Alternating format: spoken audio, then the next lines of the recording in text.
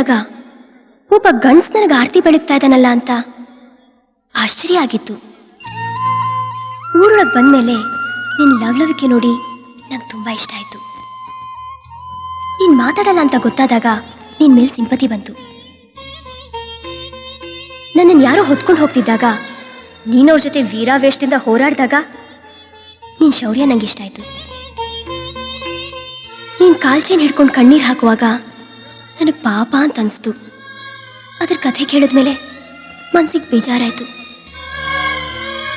ಇಷ್ಟೆಲ್ಲ ತಿಳ್ಕೊಂಡ್ಮೇಲೆ ನಿನ್ ಮೇಲೆ ನಂಗೆ ಪ್ರೀತಿ ಬಂತು. ನಾನು ನಿನ್ನ ಪ್ರೀತಿಸ್ತಾ ಇದ್ದೀನಿ. ನನ್ನ ಮದುವೆ ಮಾಡ್ಕೋತೀಯಾ?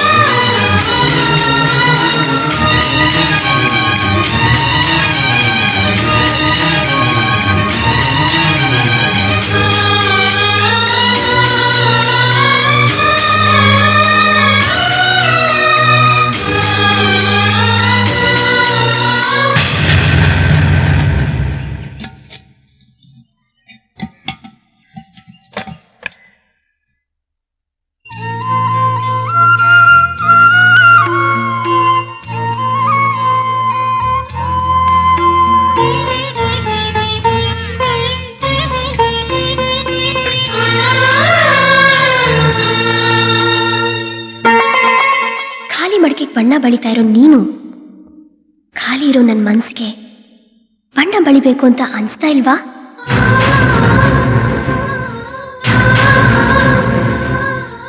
ಈ ಮಡಿಕೆಗಳು ನೋಡೋಕೆ ಅಷ್ಟೊಂದು ಚೆನ್ನಾಗಿಲ್ಲ, ಆದ್ರೆ ಬಣ್ಣ ತುಂಬಿದ್ಮೇಲೆ ಎಷ್ಟು ಸುಂದರವಾಗಿದೆ. ಅದೇ ರೀತಿ ಒಂದು ಹೆಣ್ಣಿನ ಮನಸ್ಸು ಕೂಡ ಆಸೆ ಅನ್ನೋ ಹಾಳೆ ಮೇಲೆ ಭಾವನೆ ಅನ್ನೋ ಬಣ್ಣ ತುಂಬಿದ್ರೆ ಅದೆಷ್ಟು ಸುಂದರ. ನಾನು ಈ ಮದುವೆ ಮನೆಗೆ ಬರುವಾಗ ನನ್ನ ಮನಸ್ಸು ಇದೇ ಥರ ಖಾಲಿ ಮಡಿಕೆ ಆಗಿತ್ತು. ಯಾವಾಗ ನಿನ್ನ ಕತೆ ಕೇಳಿದ್ನೋ ಆಗಿಂದ ನನ್ನ ಮನಸ್ಸು ತುಂಬ ನೀನೇ ತುಂಬ್ಕೊಂಡ್ಬಿಟ್ಟಿದ್ಯಾ ಪುಟ್ಟರಾಜು. ಹೇಳು, ನನ್ನ ಮದುವೆ ಮಾಡ್ಕೋತೀಯ ತಾನೇ?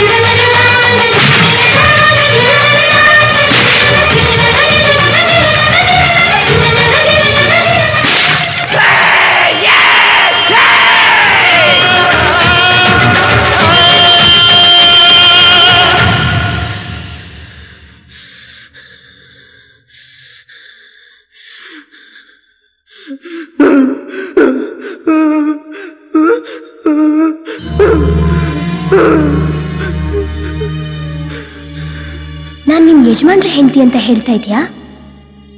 ನಾನು ಯಾರ ಹೆಂಡತಿನೂ ಆಗಿಲ್ಲ. ನಾಳೆಯಿಂದ ನಿನ್ ಹೆಂಡತಿ.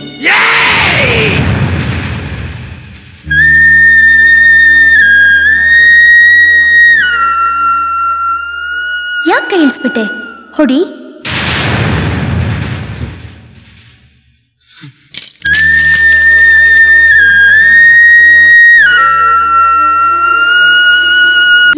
ನೀನೇನ್ ಮಾಡ್ತಿದ್ದೆ ಅಂತ ನಿಂಗೆ ಗೊತ್ತಿದೇನೆ? ನಿಂಗೆ ತಲೆಗಿಲೆ ಕೆಟ್ಟಿದ್ದೇನೆ? ಹೌದು ಕಣೆ, ನನ್ಗೆ ನಿಜವಾಗ್ಲೂ ತಲೆ ಕೆಟ್ಟಿದೆ. ಅಲ್ಲ ಕಣೆ, ನಾಳೆ ಮದ್ವೆ. ನೀನ್ ಮದ್ವೆ ಮಾಡ್ಕೊಳಕ್ ಬಂದಿರೋದ್ ಯಾರನ್ನ? ಈಗ ಮದ್ವೆ ಆಗ್ತೀನಿ ಅಂತ ಹೇಳ್ತಿರೋದ್ ಯಾರನ್ನ? ತಾಳಿ ಕಟ್ಟೋ ಕೊನೆ ನಿಮಿಷದವರೆಗೂ ಒಂದ್ ಹೆಣ್ಣಿಗೆ ತನ್ನ ಜೀವನದ ಬಗ್ಗೆ ನಿರ್ಧಾರ ತಗೊಳಕ್ಕೆ ಸಂಪೂರ್ಣ ಅಧಿಕಾರ ಇರುತ್ತೆ. ನನ್ ಮನ್ಸಲ್ಲಿ ಯಾರು ಇಲ್ಲ ಕಣೆ. ಟುಲೆಟ್ ಬೋರ್ಡ್ ಇದೆ. ಯಾರು ಬಾಗಲ್ ತೆಕ್ಕೊಂಡು ಒಳಗಡೆ ಬರ್ತಾರೋ ಅವರೇ ನನ್ನವರು. ಹೆಂಡತಿ ಸತ್ತು 1 ವಾರಕ್ಕೆ ಬೇರೆ ಮದ್ವೆ ಮಾಡ್ಕೊಳ್ಳೋ ಗಂಡಸ್ರನ್ನ ನೋಡಿದೀನಿ. ಲವ್ ಡಿಸಪಾಯಿಂಟ್ ಆಗಿ ಸೂಸೈಡ್ ಮಾಡ್ಕೊಂಡಿರೋ ಗಂಡ ಹುಡುಗರನ್ನ ನೋಡಿದೀನಿ.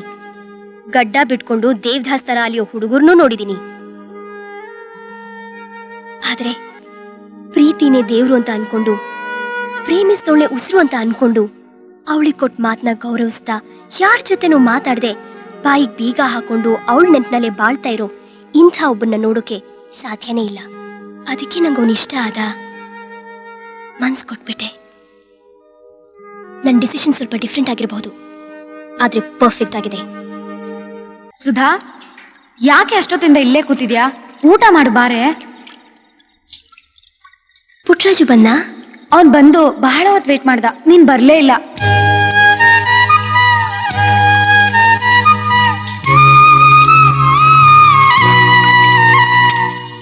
ಹೊಟ್ಟೆ ತುಂಬಾ ಊಟ ಮಾಡು. ಮದುವೆ ಮನೇಲಿ ಎಲ್ಲ ಕೆಲಸ ನೀನೇ ಮಾಡ್ತೀಯ. ನೀನ್ ಊಟ ಮಾಡ್ತಿರು, ನಾನು ಹೋಗಿ ಪಲ್ಯ ತರ್ತೀನಿ.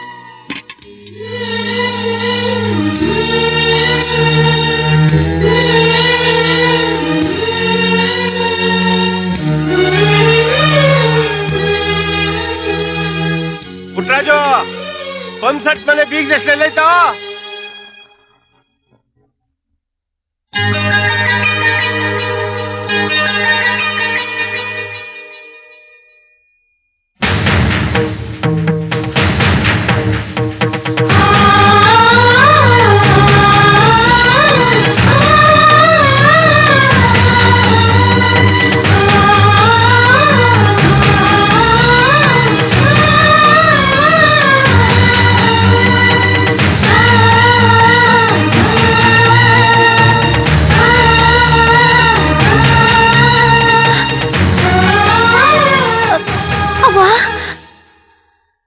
ಇದೇನ್ರವ್ವ, ಏನ್ ಮಾಡ್ತಿದ್ದೀರವ್ವ?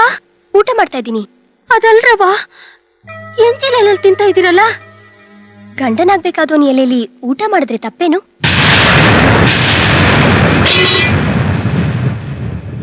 ನಾನು ನಿಮ್ ಮಗನ್ನ ಮದ್ವೆ ಮಾಡ್ಕೋತಾ ಇದ್ದೀನಿ.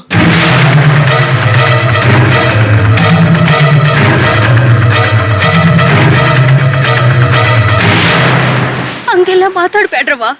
ನಾಳೆ ಬೆಳಕ್ ಹರಿದ್ರೆ ನಿಮ್ ಮದ್ವೆ ಕಂಡ್ರವ. ನಮ್ಗೆ ಅನ್ನ ಬಟ್ಟೆ ಆಶ್ರಯ ಕೊಟ್ಟು ಕಾಪಾಡ್ತಿರು ದ್ಯಾವರ ಮನೆ ಸೊಸೆ ಕಂಡ್ರವ ನೀವು. ನೀವ್ ಹಿಂಗೆಲ್ಲ ಮಾಡ್ಬಾರ್ದು. ಯಾರ್ ಮನೆ ಸೊಸೆ ಆಗ್ಬೇಕು ಅಂತ ತೀರ್ಮಾನ ಮಾಡ್ಬೇಕಾಗಿರೋದು ನಾನು.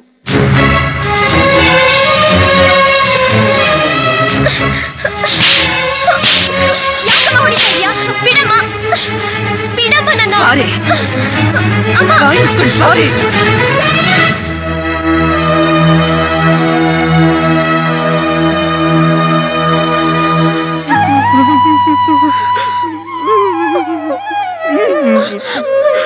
ಇಲ್ಲಪ್ಪ, ಇಲ್ಲ ಕನ್ನ, ನಂಗೆ ಗೊತ್ತು. ನಿಲ್ಸಮ್ಮ, ಯಾಕೆ ಹೊಡಿತಾ ಇದ್ಯಾ? ನಾನೇನೊಂದ್ ಜೊತೆ ಮಲ್ಕೊಂಡಿದ್ನಾ? ಇಲ್ಲ ನಿಮಗ್ ಗೊತ್ತಿಲ್ಲ ಹಾಗೆ ಓಡ್ ಹೋಗ್ತಿದ್ನಾ? ಚಚ್ಚಿ ಬಿಡ್ತೀನಿ. ಎಂಜಿಲ್ ಇತ್ತವನ ಎಲೆಯಲ್ಲಿ ಎಂಜಿಲ್ ತಿಂದಿದ್ದು ಅಲ್ದೆ ಎದುರು ವಾಲಿಸ್ತಾ ಇದೀಯಾ? ತಪ್ಪೇನು? ಮದುವೆ ಚಪ್ಪರದಲ್ಲಿ ಮಾನ ಹೋಗೋ ಬದಲು ಎಲ್ರೂ ಈಗ್ಲೇ ಕರೆದು ಹೇಳ್ಬಿಡು, ನನ್ನ ಮಗಳ ಮದುವೆ ಪುಟ್ರಾಜು ಜೊತೆ ಆಗತ್ತೆ ಅಂತ. ತಟ್ಟು ಬಿಡ್ತೀನಿ ನೋಡು ಮನೆ ಹಾಳಿ. ಪ್ರಪಂಚದಲ್ಲಿ ಎಲ್ಲಾದ್ರೂ ಹೀಗೆ ನಡೆಯುತ್ತೇನೆ? ಮದುವೆ ಚಪ್ರದಲ್ಲಿ ಗಂಡನ ಯಾರಾದ್ರೂ ಬದಲಾಯಿಸ್ತಾರೇನೆ? ಯಾಕೆ ಬದಲಾಯಿಸಿಲ್ಲ? ತಾಳಿ ಕಟ್ಟೋ ಕೊನೆ ನಿಮಿಷದಲ್ಲೂ ಎಷ್ಟೋ ಕಡೆ ಗಂಡ್ ಬದಲಾಗಿರೋ ಉದಾಹರಣೆ ಇದೆ. ಇದೆಯೋ ಮಹಾ? ಅಲ್ಲ ಕಣೆ, ಹುಡುಗ ಯಾರು ಅಂತ ಗೊತ್ತಾದ್ಮೇಲೆ ತಾನೇ ನೀನ್ ಮದ್ವೆಗೆ ಒಪ್ಕೊಂಡೆ. ಅವನ್ ಜೊತೆಲಿ ತಾಂಬೂಲ ಬದಲಾಯಿಸ್ಕೊಳ್ಳೋವಾಗ್ಲೂ ನೀನ್ ಚೆನ್ನಾಗೇ ಇದೆಯಲ್ಲೇ. ಹೀಗಿದ್ದಕ್ಕಿದ್ದಾಗೆ ಅವನು ಬೇಡ ಅನ್ನೋದಕ್ಕೆ ಕಾರಣ ಏನೇ? ಅವನ್ ಯಾಕೆ ಬೇಡ ಅನ್ನೋದು ಮುಖ್ಯ ಅಲ್ಲ, ನನಗ್ ಪುಟ್ರಾಜು ಬೇಕು, ಅದು ಬಹಳ ಮುಖ್ಯ. ಚಂಡಾಲಿ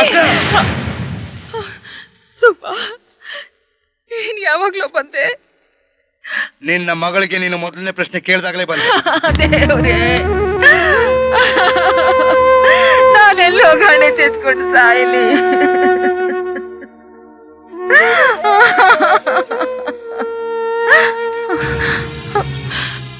ನಿಮ್ ಭಾವನಿಗೂ ಬೀಗರಿಗೂ ವಿಷಯ ಗೊತ್ತಾದ್ರೆ ಏನು ಗತಿ? ಮನೆ ತುಂಬಾ ಕುಲಸ್ಥರು ನೆಂಟಸ್ಥರು ಎಲ್ಲ ತುಂಬಿಕೊಂಡಿದ್ದಾರೆ. ಅವ್ರಿಗೇನಾದ್ರೂ ಈ ವಿಷಯ ಗೊತ್ತಾದ್ರೆ ನಾವೆಲ್ಲರೂ ಒಟ್ಟಿಗೆ ವಿಷ ಕುಡಿದು ಸಾಯ್ಬೇಕು ಕಣೋ, ಸಾಯ್ಬೇಕು.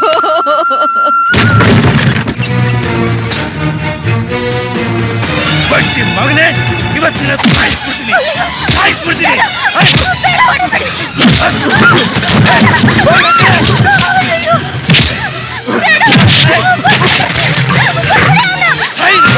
ಮದುವೆ ಮನೆಯಲ್ಲಿ ಎಲ್ಲರಿಗೂ ಗೊತ್ತಾಗಿ ಏನ್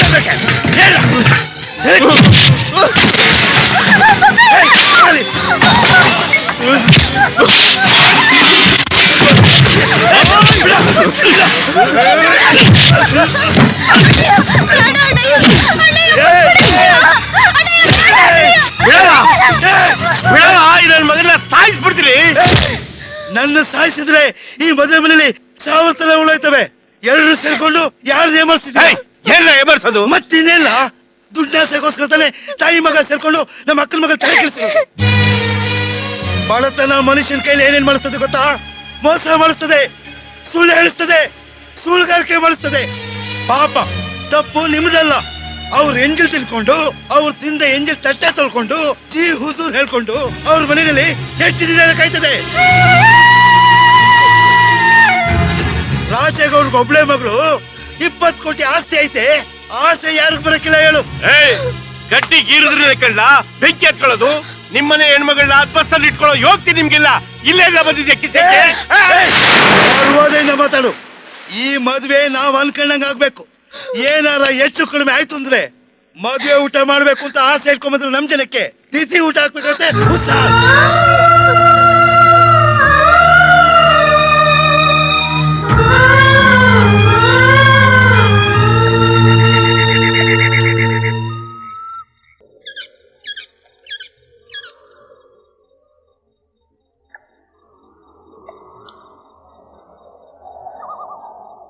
ಕೋಪ ಬರ್ತಾ ಇದ್ಯಾ? ಬೈಬೇಕು ಅನ್ಸತ್ತಾ? ಬೈ.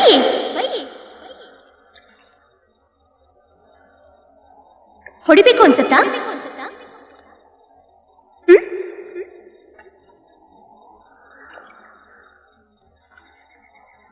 ಹೊಡಿ ಹೊಡಿ. ಸೇವಂತಿನ ಮರಿದೇ ಇರೋಕೆ ನಿನಗೆ ಎಷ್ಟು ಅಧಿಕಾರ ಇದೆಯೋ ನಿನ್ನನ್ನ ಪ್ರೀತಿಸೋದಿಕ್ಕೆ ನನಗೂ ಅಷ್ಟೇ ಅಧಿಕಾರ ಇದೆ. ಒಂದು ವಸ್ತು ಯಾವತ್ತಾದ್ರೂ ಒಂದ್ ದಿವಸ ಸಿಗತ್ತೆ ಅನ್ನೋದಾದ್ರೆ ಅದಕ್ಕೋಸ್ಕರ ಕಾಯ್ಕೊಂಡಿರೋದ್ರಲ್ಲಿ ಅರ್ಥ ಇದೆ. ಸಿಗದೇನೆ ಇರೋ ವಸ್ತುಗೋಸ್ಕರ ಜೀವನನ ವ್ಯರ್ಥ ಮಾಡ್ಕೊಳ್ಳೋದ್ರಲ್ಲಿ ಅರ್ಥ ಇಲ್ಲ. ನಾಳೆ ಬೆಳಗಾದ್ರೆ ನನಗ್ ಮದುವೆ. ಹಸೆ ಮಣೆ ಮೇಲೆ ನನ್ ಪಕ್ಕದಲ್ಲಿ ನೀನ್ ಕೂತ್ಕೊಂಡು ಕಟ್ಟೋದೇ ತಾಳಿ. ಬೇರೆ ಯಾರಾದ್ರೂ ಕಟ್ಟಿದ್ರೆ ಅದು ನೇಣ್ ಹಗ್ಗ. ಆಲದ ಮರದ ಬೇರ್ನ ಕಿತ್ ಹಾಕ್ಬೋದು, ಆದ್ರೆ ಒಂದ್ ಹೆಣ್ಣಿನ ಮನ್ಸಿನಲ್ಲಿರೋ ಆಸೆನ ಕಿತ್ ಹಾಕೋಕ್ಕಾಗಲ್ಲ. ಈಗಾಗ್ಲೇ ಒಂದ್ ಹೆಣ್ಣಿನ ಸಾವು ನಿನ್ ಕಣ್ಮುಂದೆನೆ ಆಗೋಗಿದೆ. ಈಗ ಇನ್ನೊಂದ್ ಹೆಣ್ಣಿನ ಸಾವ್ಗೆ ನೀನ್ ಕಾರಣ ಆಗ್ಬಿಡ್ಬೇಡ. ಇದೇ ನನ್ ಕೊನೆ ನಿರ್ಧಾರ. ನನ್ ಸಾವು ಬದುಕು ನಿನ್ ಕೈಯಲ್ಲಿದೆ.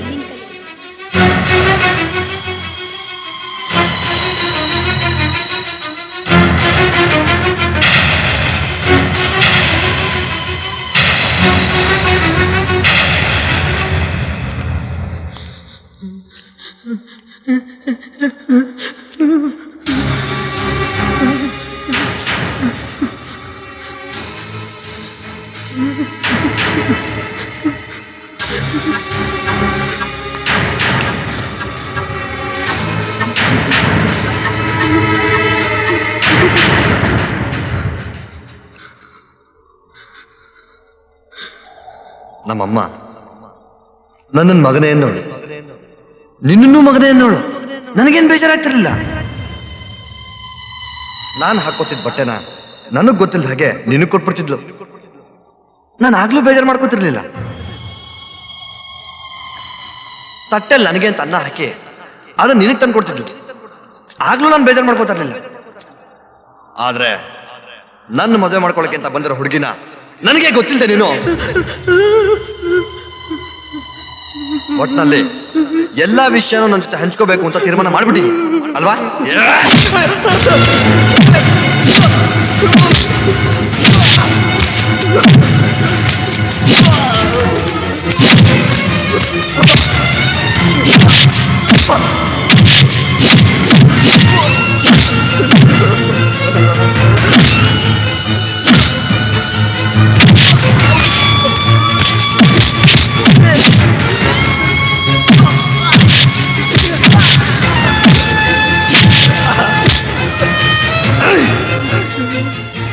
ನನ್ನ ಮನ ಎಂಜಿರ್ತೀನಿ ಬೆಳೆದಿರೋ ನಾಯಿ ನೀನು.